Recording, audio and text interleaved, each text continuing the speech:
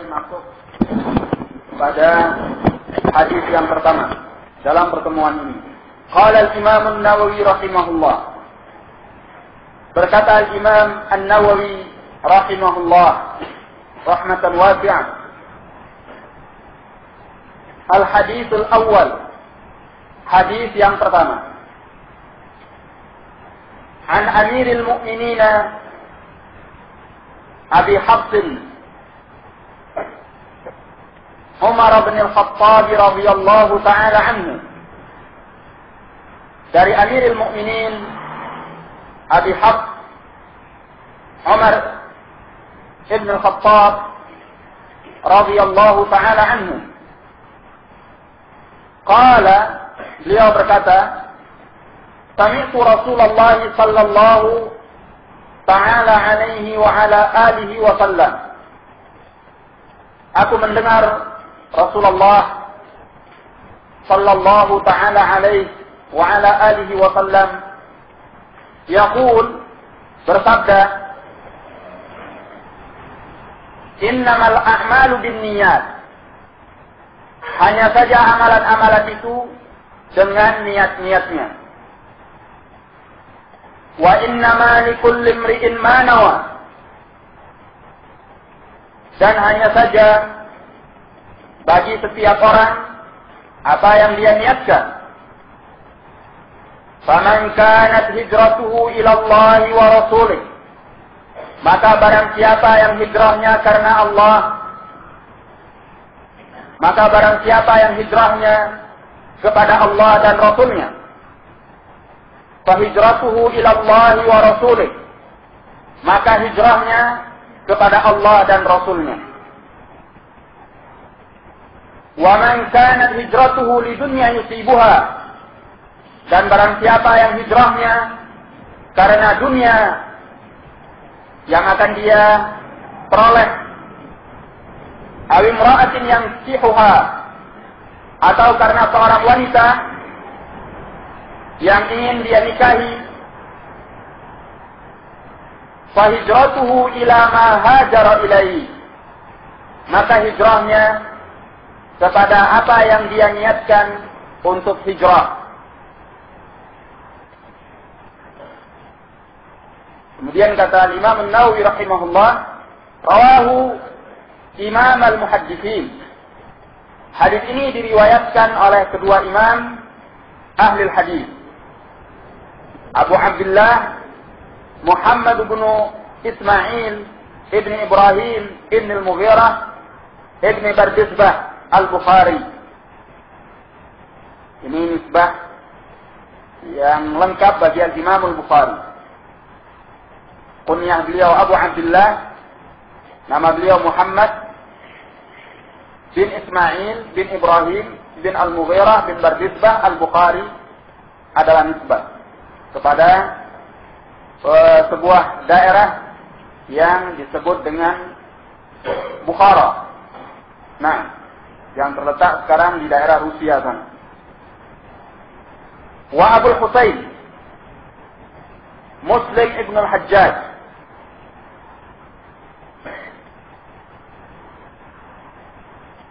Ibn Muslim al-Qushairi al-Naisaburi. Ini nama lengkap al-Imam Muslim. Kunyah beliau Abu Husain, kemudian namanya Muslim bin al-Hajjaj bin Muslim al-Qushairi al-Naisaburi. Nah, berarti al-Imam al-Bukhari dan al-Imam Muslim adalah keduanya orang Ajam, bukan orang Arab. Nah, banyak dari kalangan orang Ajam yang non-Arab menjadi ulama di masa lampau. Baik.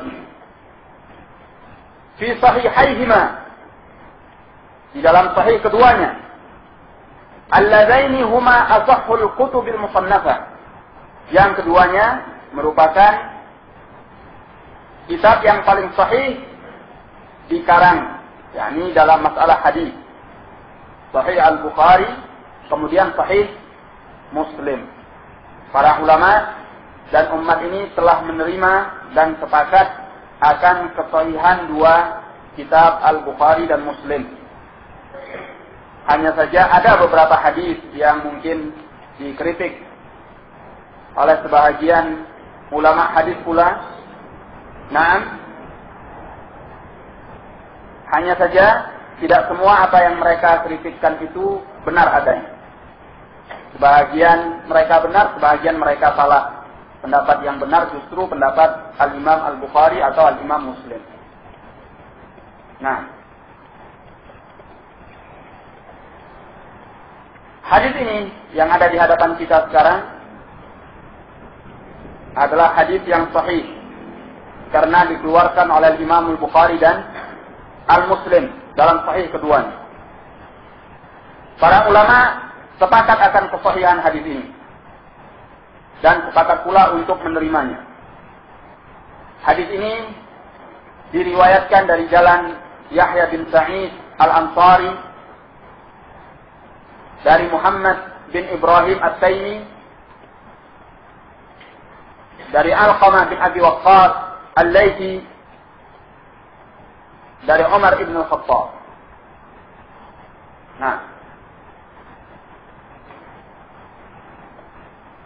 jadi yang meriwayatkannya sampai kepada Umar ibn Khattab adalah orang-orang yang thiqah, terpercaya.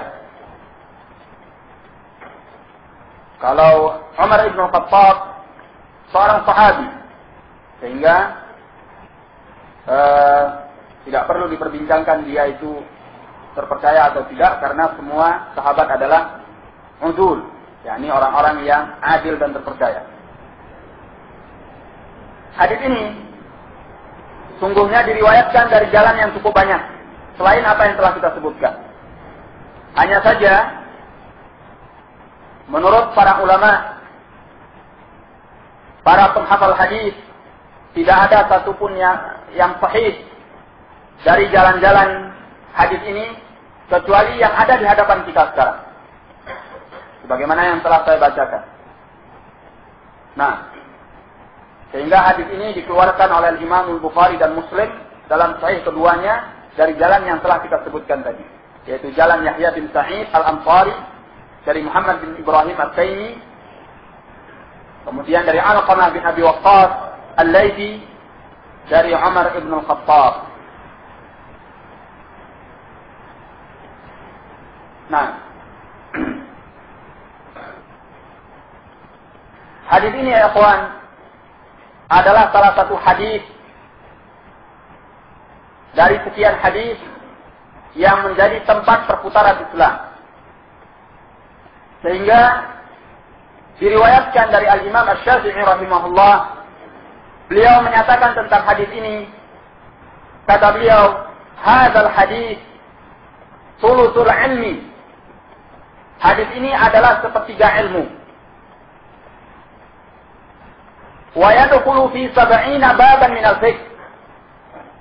Dan hadis ini masuk pada 70 bab dari fikih. Nah,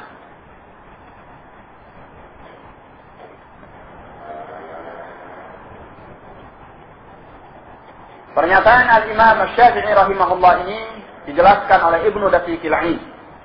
Maksudnya, kata Ibnu Daqiqil 'Aid, bahwa hadis ini adalah sepertiga ilmu. Karena kalau kita melihat kepada amal seorang hamba, maka kita dapatkan amal seorang hamba terletak pada 3 bahagian anggota tubuhnya, yaitu amalan hati, kemudian amalan lisan, kemudian amalan anggota-anggota badan. Nah, hadis ini sekarang berbicara tentang masalah apa? Tentang masalah an-niyat. Dan niat itu tidak tahu adalah merupakan bahagian dari amalan hati. Berarti pembahasan hadis ini mencakup sepertiga ilmu, yaitu pembahasan mengenai amalan hati. Demikian yang dinyatakan oleh Ibnu Daqiqil 'Aid rahmatullahi taala alaih. Al-Imam Ahmad rahimahullah menyatakan tentang hadis ini, usulul Islami usulul islami ala salatati ahadits. Kata Imam Ahmad rahimahullah bahwa dasar-dasar Islam ala salatati ahadits terletak pada 3 hadis. Yang pertama, hadis innamal a'malu binniyat. Hadis Umar bin Khattab.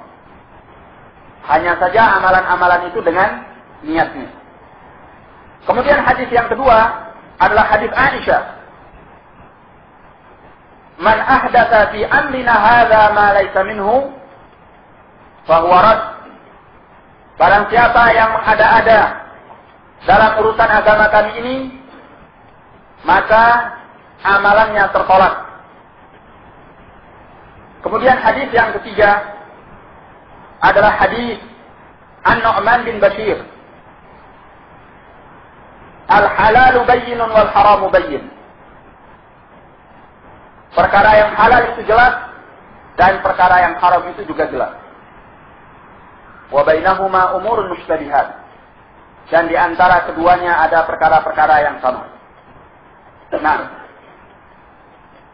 ini menurut Al-Imam Ahmad bahwa dasar-dasar Islam itu hanya berputar pada 3 hadis saja. Pertama hadis a'mal binniyat, kedua man ahdatsa fi amrina hadza ma laysa minhu fahuwa rad. Kemudian yang ketiga al-halalu bayyinun wal haramu bayyin. Al-Imam Ibnu Rajab rahmatullahi taala alaih menjelaskan apa maksud dari ucapan Al-Imam Ahmad ini. Kenapa beliau membatasi bahwa dasar-dasar Islam terdiri dari 3 hadis yang telah disebutkan. Termasuk diantaranya hadis innamal a'malu binniyat.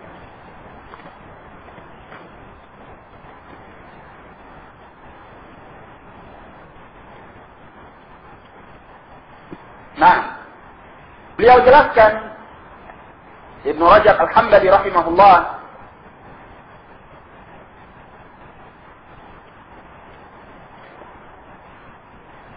bahwa kata beliau, agama kita ini semua ajarannya itu kembali kepada 3 hal.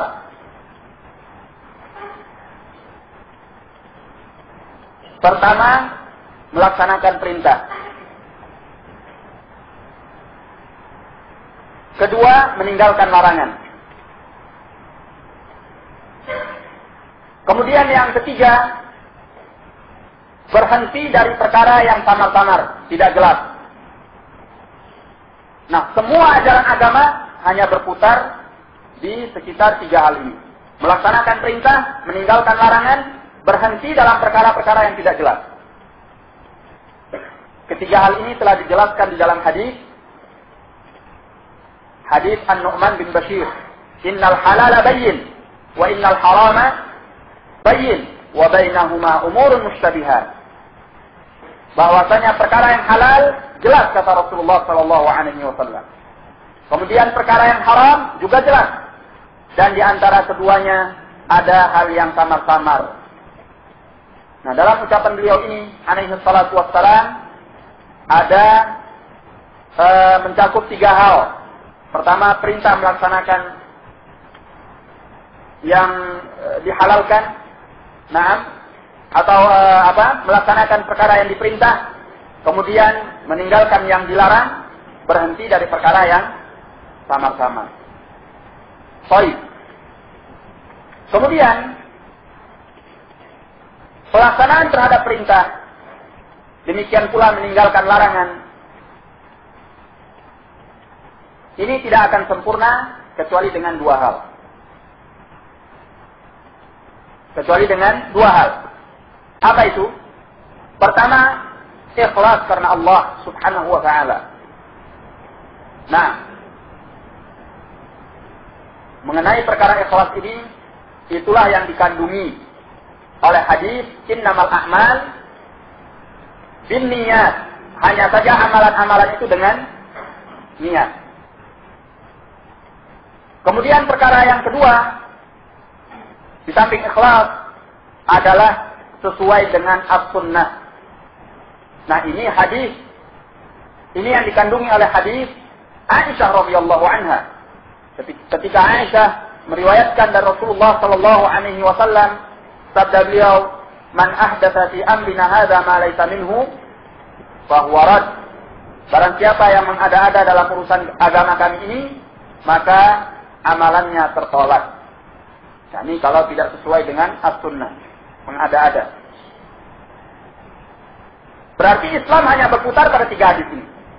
Kalau kita melihat penjelasan Ibnu Rajab rahimahullah, maka tepat apa yang dinyatakan oleh Al-Imam Ahmad.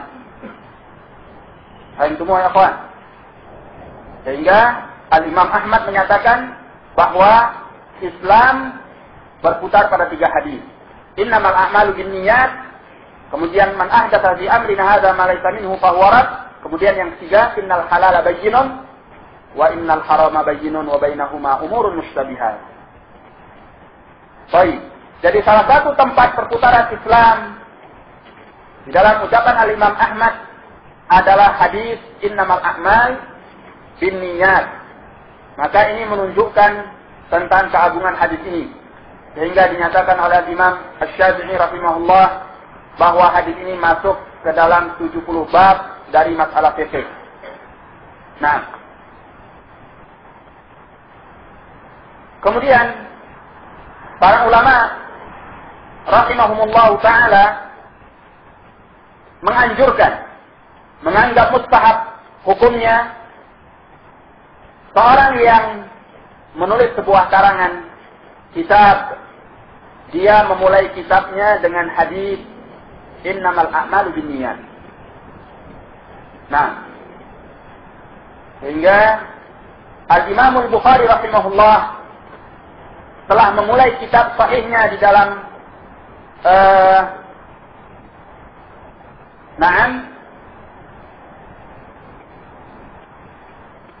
di dalam bab al-hadis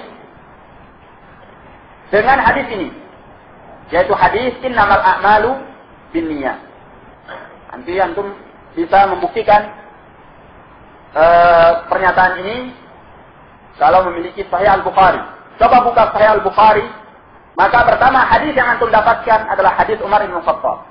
Innamal a'malu binniyat. Nah, di dalam Sahih beliau. Baik. Perbuatan Al-Imam Al-Bukhari rahimahullah yang seperti ini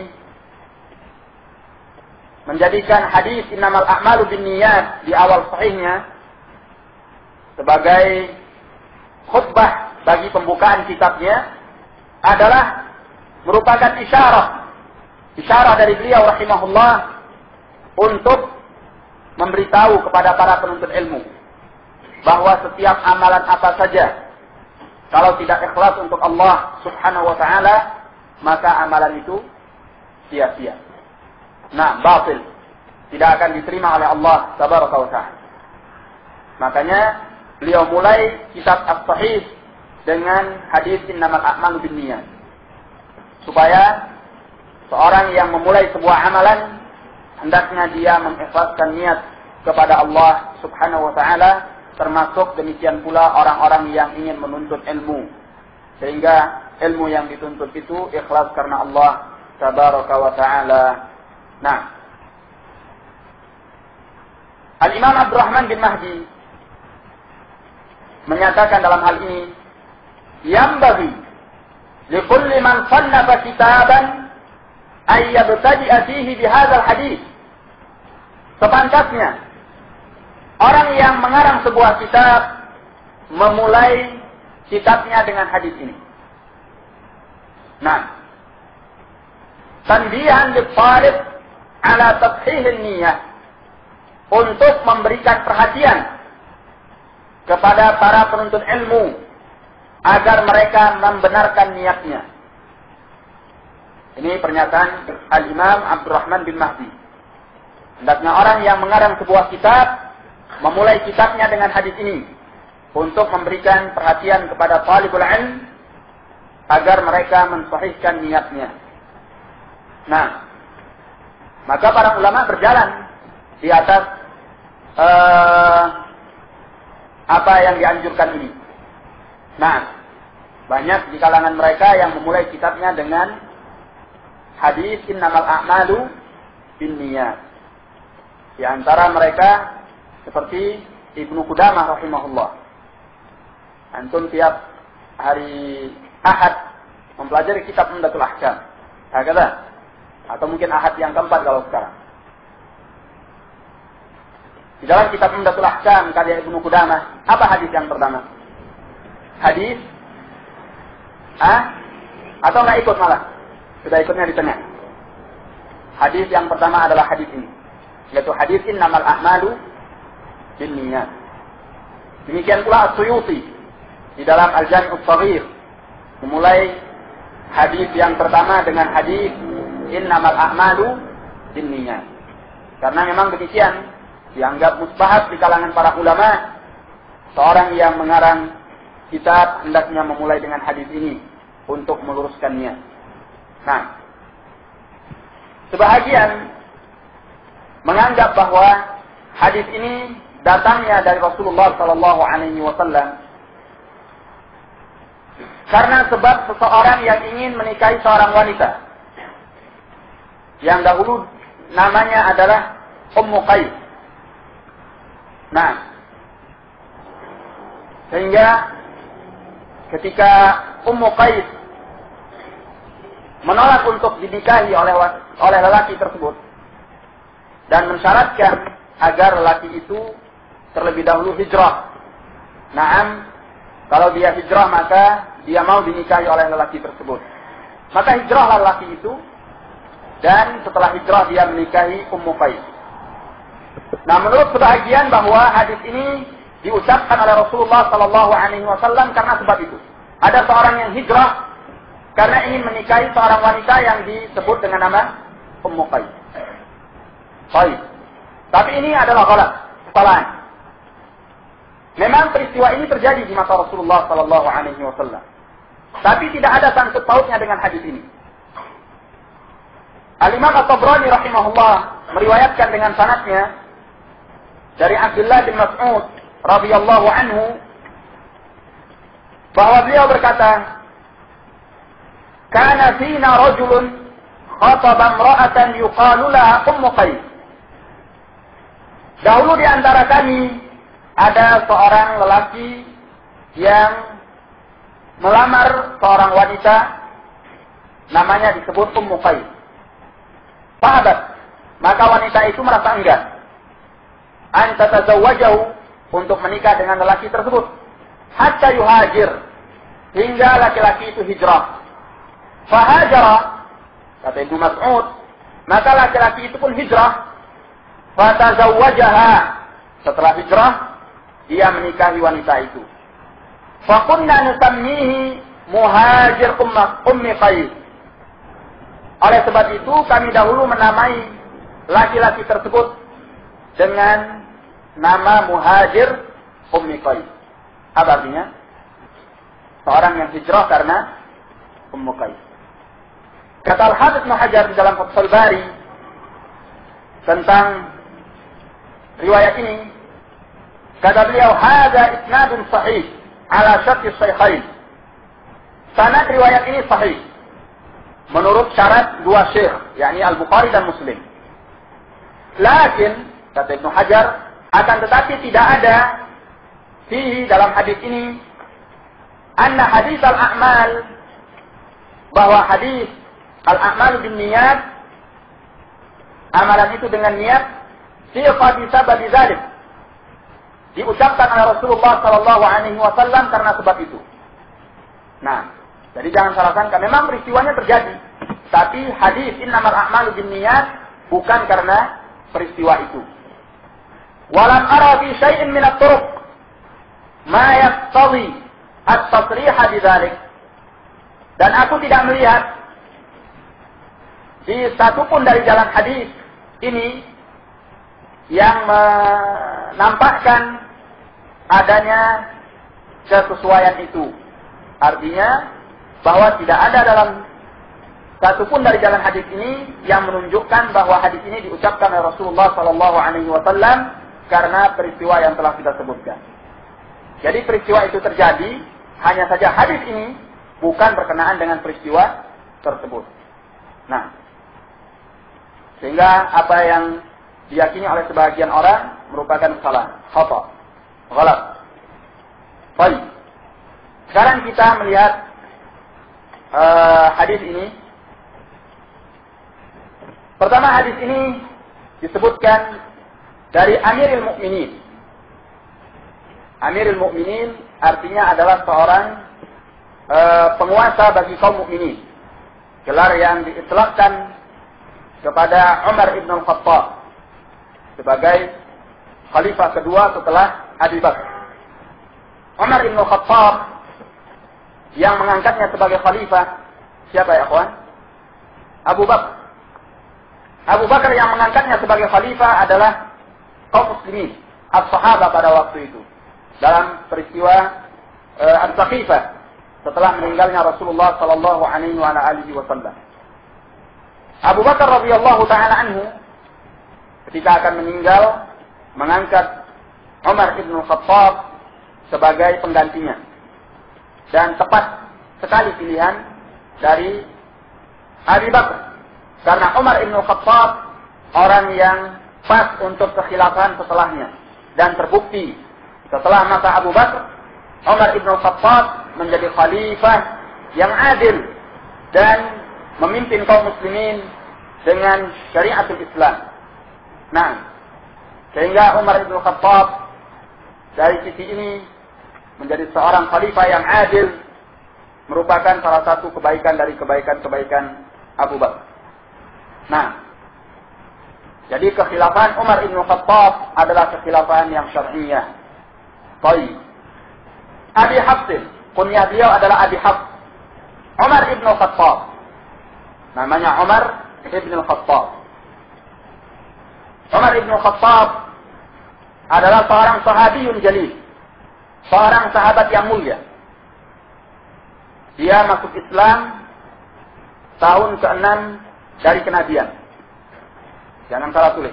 Tahun ke-6 dari kenabian, bukan dari hijrah. Nah, tahun ke-6 dari kenabian. 3 hari setelah masuk Islamnya Hamzah bin Abdul Muttalib. Baik.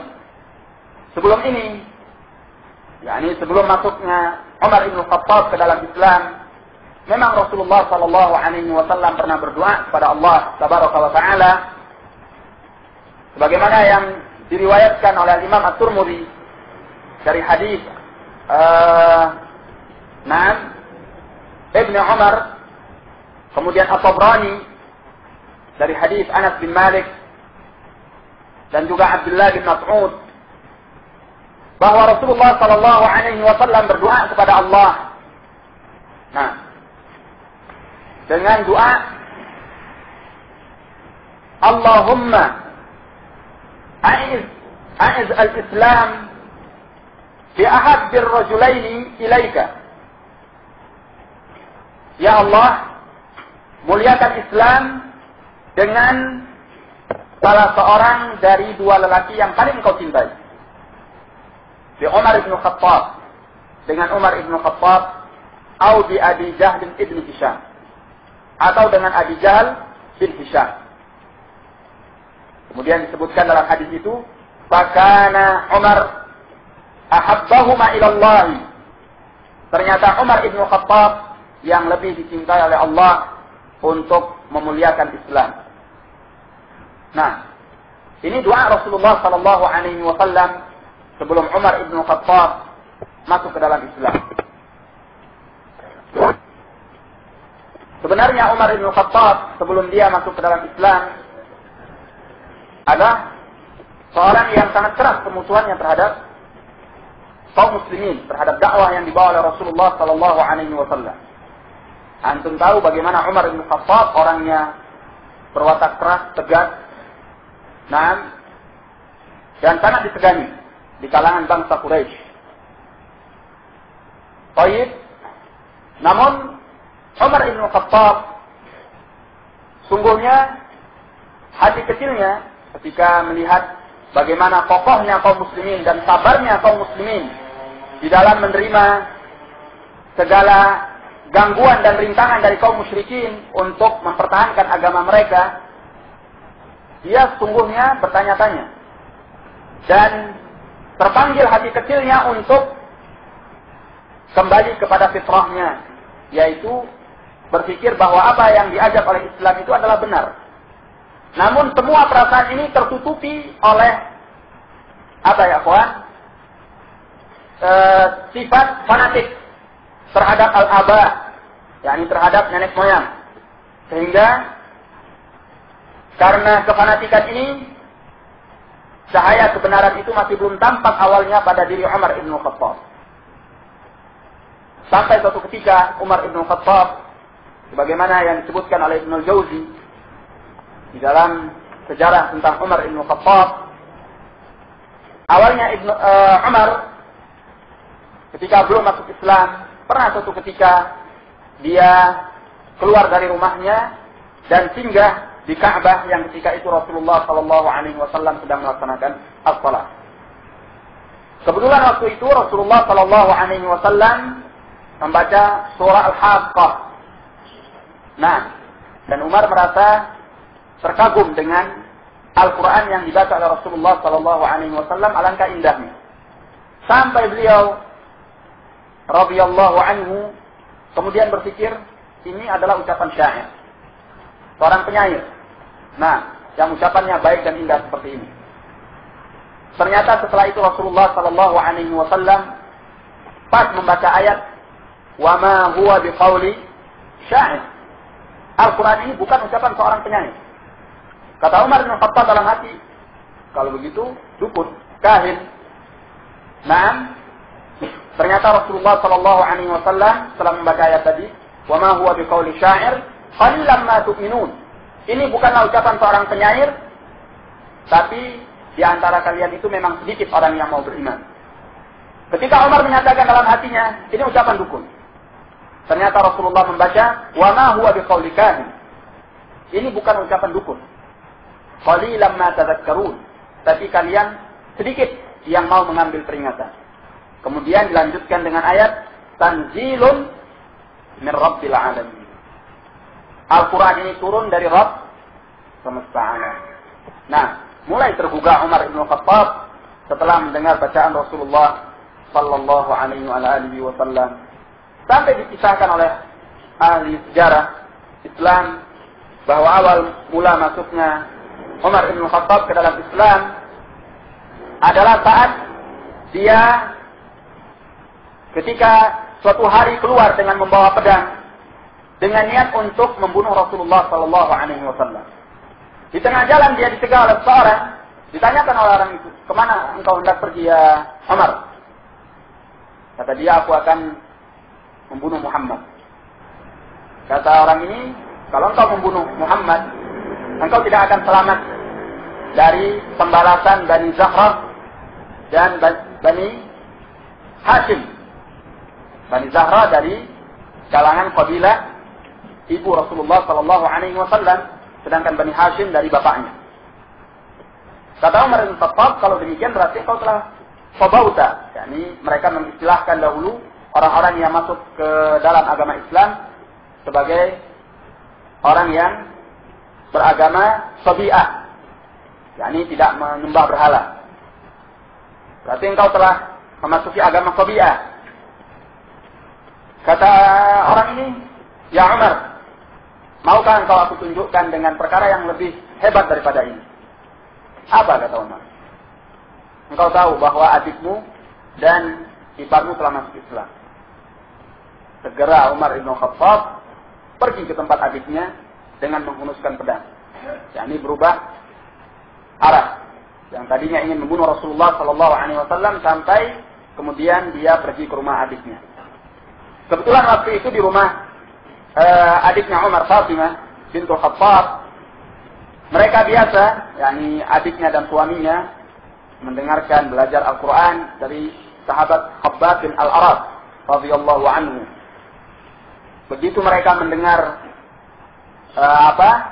nafas Umar bin Khattab di luar rumah, yang pertama ngumpet siapa? Khabbab. Karena dia orang lemah, dan khawatir Kalau Umar bin Khattab yang datang, wah, bahaya ini. Sehingga dia segera menyembunyikan diri. Masuklah Umar bin Khattab ke dalam rumah. Tadi sebelumnya dia sudah mendengar bacaan dari luar rumah. Terdengar suara bacaan dari luar rumah. Lalu Umar bin Khattab bertanya, apa yang aku dengar tadi? Kata mereka, pembicaraan di antara kami. Nah, lalu Umar bin Khattab kemudian dinyatakan, disebutkan, iparnya berkata kepada Umar bin Khattab, wahai Umar, apa pendapatmu kalau seandainya kebenaran itu di selain agamamu? Maka Umar bin Khattab marah dan tidak bisa waktu itu menahan diri, sehingga menginjak iparnya ini dengan sejadi-jadinya. Sampai kemudian iparnya ini dibela oleh istrinya, yakni adik Umar bin Khattab, dan kemudian Umar bin Khattab menampar adiknya sampai wajah adiknya ini berdarah. Nah, adiknya karena suasana yang seperti itu akhirnya dengan terang-terangan menyatakan, wahai Umar, ketahuilah bahwa aku bersaksi tidak ada ilah kecuali Allah dan Muhammad utusan Allah. Yakni maksudnya untuk membuat Umar lebih murka, biar tahu kalian. Nah, Umar bin Khattab ketika melihat keadaan adiknya yang seperti itu, justru dia berhenti. Dan mulai dia tersadar, kemudian meminta kepada adiknya untuk ditunjukkan lembaran yang mereka baca tadi. Kata adiknya, engkau seorang yang kafir. Sedangkan Al-Quran tidak boleh disentuh kecuali oleh orang yang suci. Maka hendaknya engkau mandi. Maka Umar bin Khattab mandi, kemudian ditampakkan kepada Umar, yakni lembaran yang mereka baca tadi, yang bertuliskan surah Thaha ayat yang pertama sampai ke-14. Thaha ma anzalna 'alaikal Qur'ana litashqa, sampai firman Allah Subhanahu wa taala, innani anallahu la ilaha illa ana fa'budni wa aqimis salata li dzikri.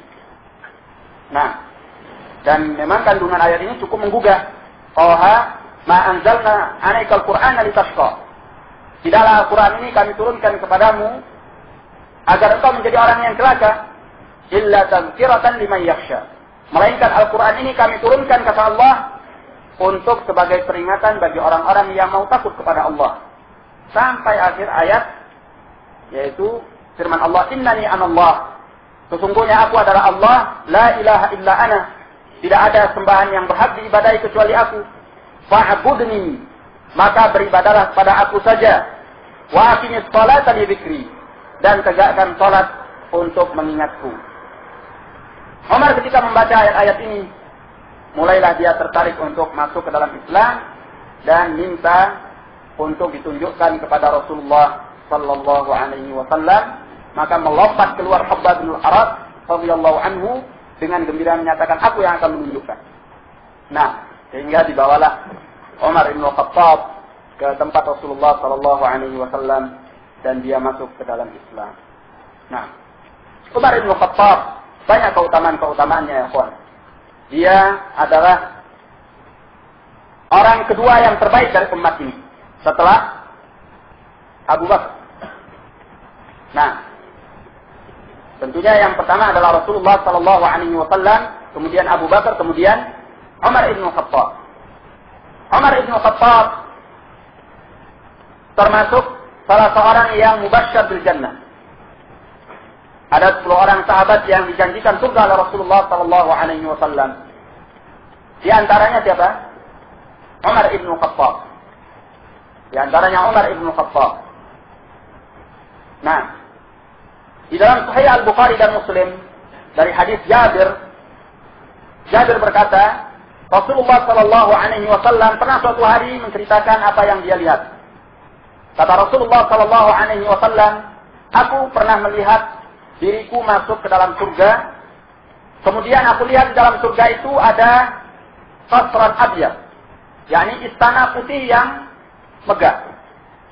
Kemudian aku bertanya, kemudian aku ingin untuk memasuki istana ini. Aku lihat di depannya ada seorang wanita. Aku ingin memasuki istana ini. Lalu beliau bertanya, milik siapa istana ini? Maka dinyatakan kepada beliau bahwa istana ini adalah milik Umar ibn Khattab. Ketika mendengar bahwa ini adalah milik Umar ibn Khattab, maka Rasulullah Sallallahu Alaihi Wasallam tidak jadi memasukinya. Kenapa? Karena Rasulullah Sallallahu Alaihi Wasallam disebutkan dalam hadis itu, ingat akan besarnya kecemburuan Umar bin Khattab. Ketika hadis ini sampai kepada Umar bin Khattab, beliau menangis dan menyatakan, "Awa alaika agharu ya Rasulullah." Apakah kepadamu aku akan cemburu wahai Rasulullah? Hadis ini menunjukkan keutamaan Umar, bahwa dia min ashab al-jannah, dari penghuni surga, dan memiliki istana putih di dalam surga nanti. Baik. Umar ibn Khattab,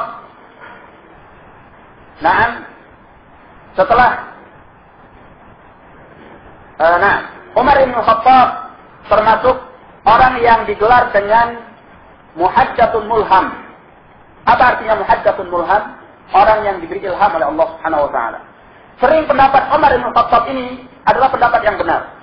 Mulai dari masa Rasulullah Sallallahu Alaihi Wasallam. Salah satu peristiwa yang menunjukkan akan hal ini, peristiwa tentang tawanan Badr. Ketika itu terjadi perselisihan, apakah tawanan Badr ini dibunuh mereka atau mereka dibiarkan hidup? Baik, atau mereka dibiarkan hidup. Barang siapa dari keluarganya yang ingin menebus mereka, maka mereka dilepaskan dengan tebusan. Abu Bakar radhiyallahu anhu berpendapat agar mereka dibiarkan hidup. Dan barang siapa dari keluarga mereka yang ingin menebus, maka dilepaskan dengan tebusan. Sedangkan Umar bin Khattab penggal semuanya. Kata Umar bin Khattab bahwa tawanan-tawanan Badar itu bunuh semuanya. Tapi Rasulullah Sallallahu Alaihi Wasallam cenderung kepada pendapat siapa? Abu Bakar. Sehingga turun ayat teguran kepada Rasulullah Sallallahu Alaihi Wasallam di waktu itu bahwa seorang nabi tidak sepantasnya punya tawanan-tawanan. Membenarkan pendapat siapa? Umar bin Khattab. Satu peristiwa. Peristiwa lain, ketika belum turunnya ayat hijab.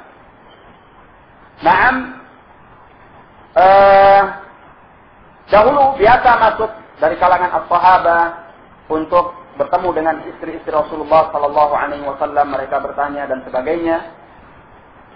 Maka datanglah Umar bin Khattab kepada Rasulullah Sallallahu Alaihi Wasallam dan menyatakan, wahai Rasulullah, sebaiknya engkau perintahkan istrimu untuk berhijab. Istri-istrimu hendaknya engkau perintahkan untuk berhijab, karena yang masuk kepada mereka itu bukan orang-orang saleh saja. Maksudnya dikhawatirkan nanti ada sesuatu. Maka setelah itu nggak berapa lama turun ayat hijab yang memerintahkan istri-istri dan anak-anak Rasulullah Sallallahu Alaihi Wasallam yang wanita untuk berhijab. Demikian pula para wanita muslimat. Dua peristiwa. Peristiwa yang lain, Umar bin Khattab dahulu punya kebiasaan bahwa dia kalau di waktu hari dia bekerja, dia gantian dengan seorang untuk hadir ke majlis Rasulullah Sallallahu Alaihi Wasallam. Jadi Umar bin Khattab dahulu punya jadwal, sehari bekerja, sehari belajar langsung pada Rasulullah Sallallahu Alaihi Wasallam. Masya Allah. Ya. Ini dahulu Umar bin Khattab. Di hari dia harus bekerja dan tidak bisa langsung belajar kepada Rasulullah Sallallahu Alaihi Wasallam, dia punya perjanjian dengan tetangganya. Kalau di hari aku bekerja, engkau yang turun langsung belajar Rasulullah Sallallahu Alaihi Wasallam dan datang engkau padaku nanti membawa berita. Apa yang turun dari wahyu, apa yang sampaikan oleh Rasulullah Sallallahu Alaihi Wasallam, yakni memberitakan tentang ilmu yang didapat di sana. Demikian pula sebaliknya, hari esok aku yang langsung belajar kepada Rasulullah dan engkau yang bekerja. Nanti aku yang akan mengkabarkan kepadamu tentang apa yang didapatkan di sana. Begitulah setiap harinya. Sampai suatu saat, kemudian, orang-orang pada memperbincangkan bahwa Rasulullah Sallallahu Alaihi Wasallam telah mencerai para istrinya. Ini tersebar berita. Di kalangan as-sahabah. Sampai temannya ini datang tergopoh-gopoh kepada Umar ibn Khattab menyampaikan hal ini. Maka Umar ibn Khattab segera pergi menemui Rasulullah Sallallahu Alaihi Wasallam, meminta izin untuk masuk. Sampai beliau diizinkan dan bertanya, apakah engkau benar menceraikan istrimu wahai Rasulullah sallallahu alaihi wasallam? Beliau menjawab, la, aku tidak menceraikan mereka. Hanya saja yang terjadi apa? Gila. Nah, beliau hanya meninggalkan istri beliau sebulan. Baik. Ternyata yang terjadi kenyataannya beliau tidak menceraikan istri-istri beliau alaihi salatu wassalam. Maka Umar bin Khattab keluar dengan suara yang tinggi mengatakan bahwa Rasulullah sallallahu alaihi wasallam tidak mencerai para istrinya. Nah, tindakan Umar bin Khattab ini yang langsung bertanya kepada orang yang tahu permasalahan dibenarkan oleh Allah, turun ayat setelah itu. Yaitu ayat mengajari kaum muslimin untuk mereka bertanya kepada orang yang tahu permasalahan. Kata Allah, apabila datang kepada mereka perkara yang mengandung rasa aman atau rasa takut, mereka sebarkan. Kalau seandainya mereka bertanya kepada Rasul atau kepada orang yang tahu permasalahannya, niscaya akan ada orang yang bisa mengambil timbat hukumnya. Ingat ayat ini. Nah, la'animahul ladzina yastanbitunahu minhum. Walau la fadlullahi 'alaikum wa rahmatuhu lattaba'tumus syaitana illa qalila. Allah benarkan tindakan Umar Ibn Khattab. Sehingga kata Umar Ibn Khattab ketika turun ayat ini, aku termasuk orang yang mengambil hukum dalam masalah ini. Karena dia langsung bertanya kepada Rasulullah sallallahu alaihi wasallam sehingga tersingkap bahwa Rasulullah sallallahu alaihi wasallam tidak mencerai istrinya. Nah, makanya Umar Ibn Khattab digelar dengan muhaddatsun mulham. Orang yang diberi ilham oleh Allah subhanahu wa ta'ala. Baik. Umar Ibn Khattab di masa menjadi khalifah, beliau menjadi khalifah yang adil, dan di masa beliau pula Allah membuka banyak wilayah-wilayah masuk ke dalam kekuasaan Islam. Dan sekaligus beliau radhiyallahu anhu menjadi saddan mani'an, yakni benteng kokoh yang menghalangi dari timbulnya berbagai macam fitnah peninggal Rasulullah sallallahu alaihi wasallam dan Abu Bakar. Sehingga enggak ada yang macam-macam. Kaum muslimin Masya Allah di masa pemerintahan Umar Ibn Khattab dalam keadaan di atas satu kalimat, naam bersatu padu, dan juga Islam di masa puncak keemasan. Sehingga wilayah-wilayah lain dari kalangan wilayah-wilayah lain dari negeri-negeri kufar tunduk di bawah kekuasaan Islam dalam waktu yang singkat. Jatuhnya kerajaan Persia kapan itu? Di masa Umar Ibn Khattab. Yang menundukkan adalah para sahabat. Mereka tidak sibuk dengan pertempuran atau perselisihan dan yang lainnya, di antara mereka tidak ada di masa itu. Mereka tertuju perhatiannya kepada orang-orang kafir. Sehingga kerajaan Persia tunduk. Nah, ibu kotanya yaitu Al-Madain tunduk. Dan sampai dikirimkan ke Al-Madinah pada waktu itu Taj Al-Kisra, yakni mahkota kerajaan Persia. Dan juga pakaian-pakaian kebesaran, kemudian permadani-permadaninya, semua dikirim oleh Sa'ad bin Abi Waqqas yang menjadi pimpinan pasukan kepada Umar Ibn Khattab. Sampai kata Umar Ibn Khattab, orang yang menyampaikan benda-benda ini sampai ke kota Al-Madinah adalah orang-orang yang amanah, yakni para sahabat itu tadi. Kalau tidak amanah, wah, sudah habis ini barang-barang berharga, berlian yang subhanallah harganya. Nah, dan itu semua terjadi di masa Umar Ibn Khattab. Allah wujudkan apa yang Allah janjikan kepada kaum mukminin melalui Rasulnya alaihi salatu wassalam di masa Umar Ibn Khattab. Nah, ketika meninggal Umar Ibn Khattab, benteng yang kokoh tadi itu, yang menghalangi dari semua fitnah, roboh sudah. Maka mulai meninggalnya Umar Ibn Khattab, muncul keributan-keributan, muncul berbagai fitnah-fitnah, apakah di kalangan as-sahabat atau di kalangan yang lainnya. Nah, berbagai bid'ah-bid'ah sampai masa ini. Nah, pintu yang menghalangi dari fitnah itu siapa dulu? Umar Ibn Khattab. Ini semua kelebihan dari Umar Ibn Khattab radhiyallahu anhu. Nah, kemudian kata Umar Ibn Khattab di sini, sami'tu Rasulullah sallallahu alaihi wasallam. Aku mendengar Rasulullah sallallahu alaihi wasallam. Kata sami'tu adalah sighatun min siyagh al-ada. yakni salah satu bentuk kata untuk menyampaikan hadis yang ada di kalangan al-muhadditsin. Nah, baik. Bukan siyagul ada. Ralat, afwan. Siyag at-tahammul namanya.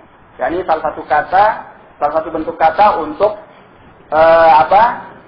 menerima hadis dari Rasulullah sallallahu alaihi wasallam.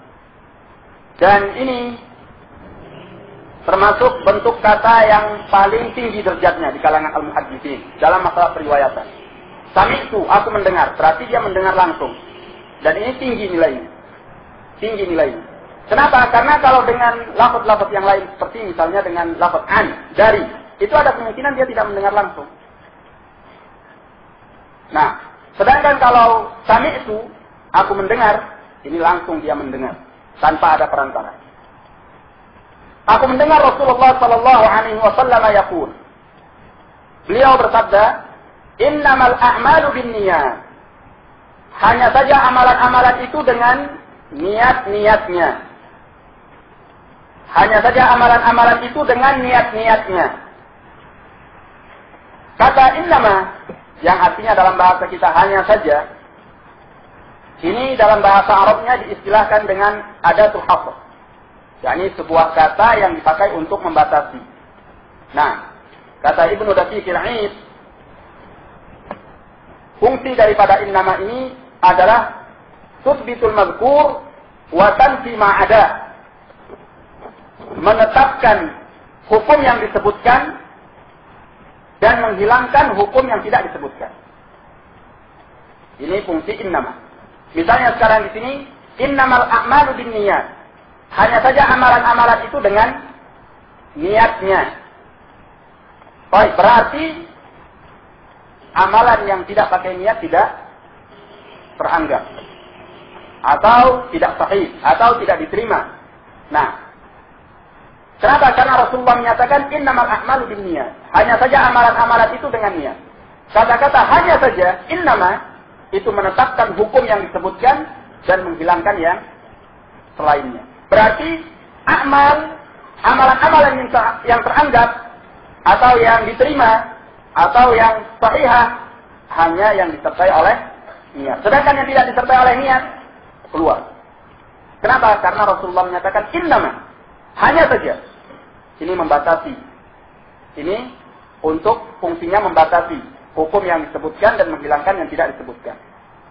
Nah, kemudian makna batasan yang dikandungi oleh kata innama ini bisa bersifat mutlak dan bisa pula bersifat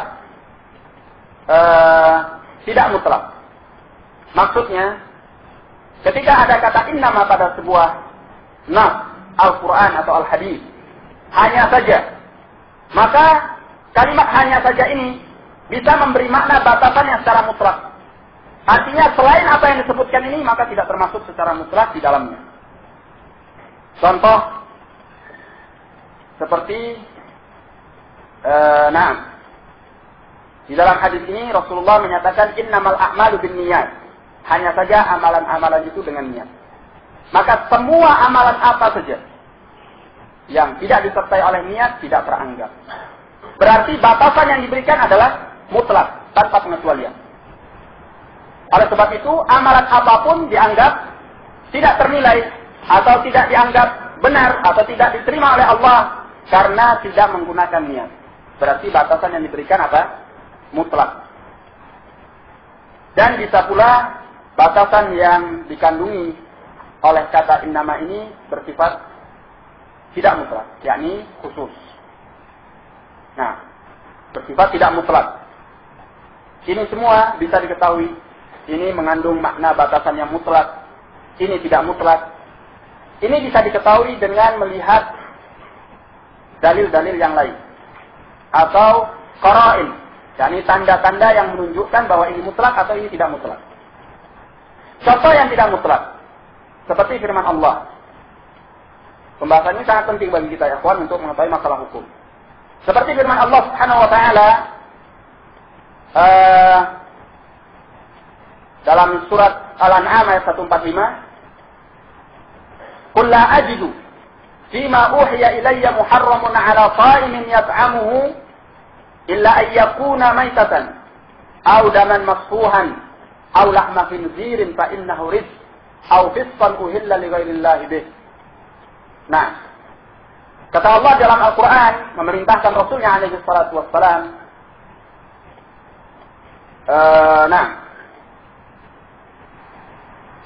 Bukan ayat ini, afwan, karena tidak ada kata innamanya. Innama harrama alaikumul maitata, ya. Innama harrama alaikumul maitata waddama walahmal khinzir wa ma uhilla bihi li ghairillah dalam surah Al-Baqarah. Lupa tadi saya ayat yang berapa. Naam, kata Allah dalam Al-Quran, innama harrama alaikumul maitah. Hanya saja, perhatikan, hanya saja, harrama alaikumul maitah. Allah haramkan atas kalian bangkai, waddama, darah, walahmal khinzir, dan daging babi. Kemudian, wa ma uhilla bihi li ghairillah, dan apa yang disembelih untuk selain Allah. Nah, coba antum lihat.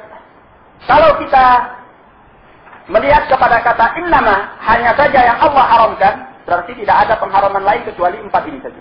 Ya, kan sudah dibatasi. Innama, hanya saja. Harrama alaikum, yang Allah haramkan atas kalian. Pertama apa? Bangkai. Kedua, darah. Ketiga, lahmal khinzir, daging babi. Keempat, apa yang disembelih untuk selain Allah. Wa ma uhilla bihi li ghairillah. Maka ada orang yang memahami dari ini mengatakan bahwa anjing itu tidak apa? Tidak haram. Daging anjing tidak haram. Kenapa? Lah ayatnya jelas. Katanya ayatnya jelas. Mengatakan bahwa hanya saja yang Allah haramkan 4 perkara. Berarti yang selain itu apa hukumnya? Halal. Nah, kalau kita tidak tahu tentang permasalahan ini, kita akan dibingungkan oleh orang-orang yang ngawur dalam mengambil istinbat hukum. Padahal di kalangan para ulama, sebagaimana dijelaskan oleh Ibnu Daqiq al-Aid, kata innama itu bisa memberi batasan yang mutlak, bisa pula memberi batasan yang tidak mutlak. Di antara yang tidak mutlak dalam ayat ini, ketika Allah menyebutkan bahwa yang diharamkan hanya saja 4 perkara, ini batasan yang tidak mutlak. Kenapa? Karena datang dari hadis-hadis di mana Rasulullah Shallallahu Alaihi Wasallam mengharamkan yang lain. Ya. Contohnya apa? Rasulullah Shallallahu Alaihi Wasallam mengharamkan zunad minat sibah, yakni binatang buas yang punya taring. Kemudian mengharamkan zumakhlad minat tayr, mengharamkan burung-burung yang punya cakar, yang makannya menyambar. Juga, Rasulullah Shallallahu Alaihi Wasallam mengharamkan buruan yang diburu oleh anjing pemburu, namun tidak dilepas dengan membaca Bismillah.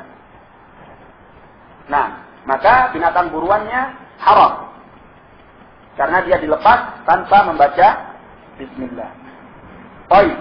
Nah, menunjukkan bahwa dalam ayat ini kata innama itu tidak mengandung batasan yang mutlak, tapi maknanya tidak mutlak. Nah, kenapa? Karena ada dalil-dalil lain yang menunjukkan bahwa Rasulullah Shallallahu Alaihi Wasallam menambahi apa-apa yang diharamkan oleh Allah. Dan tentunya Rasulullah Shallallahu Alaihi Wasallam, selama hadisnya sahih, tidak bisa kita katakan beliau berdosa atas nama Allah. Bukankah Allah menyatakan di dalam Al-Quran, wa ma yantiqu anil hawa in huwa illa wahyu yuha. Tidaklah beliau alaihi salatu wassalam berbicara dari hawa nafsunya, melainkan wahyu yang diwahyukan kepada beliau. Berarti apa yang beliau ucapkan itu adalah merupakan wahyu, sebagaimana Al-Quran juga merupakan wahyu. Nah, ini mengenai kata innama. Sehingga kita jangan dibingungkan oleh orang-orang yang ngawur dalam mengambil istinbat al-hukum dengan menggunakan kata innama. Baik. Innamal a'malu binniyat. Hanya saja amalan-amalan itu dengan niat-niatnya. Kayaknya kita cukupkan aja sampai di sini, karena ini pembahasannya bakal panjang. Nah, subhanakallahumma wa bihamdika asyhadu an la ilaha illa anta astaghfiruka wa atubu ilaik. Assalamualaikum warahmatullahi wabarakatuh.